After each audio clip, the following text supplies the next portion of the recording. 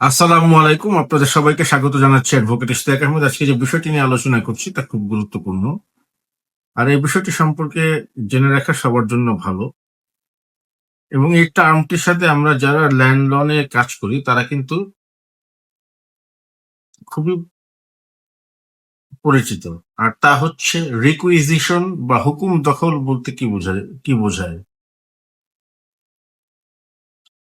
সরকার যখন সাময়িক সময়ের জন্য কোনো ব্যক্তি মালিকানাধীন সম্পত্তি, সেটি স্থাবর হোক অস্থাবর হোক, গ্রহণ করে, তখন তাকে রিকুইজিশন বা হুকুম দখল বলে।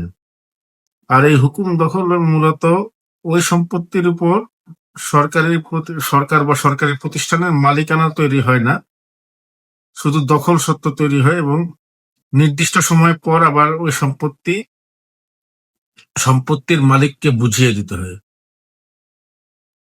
আজকের আলোচনা এতটুকুই। আপনাদের সুস্থতা কামনা করে আমি বিদায় নিচ্ছি। আল্লাহ হাফেজ।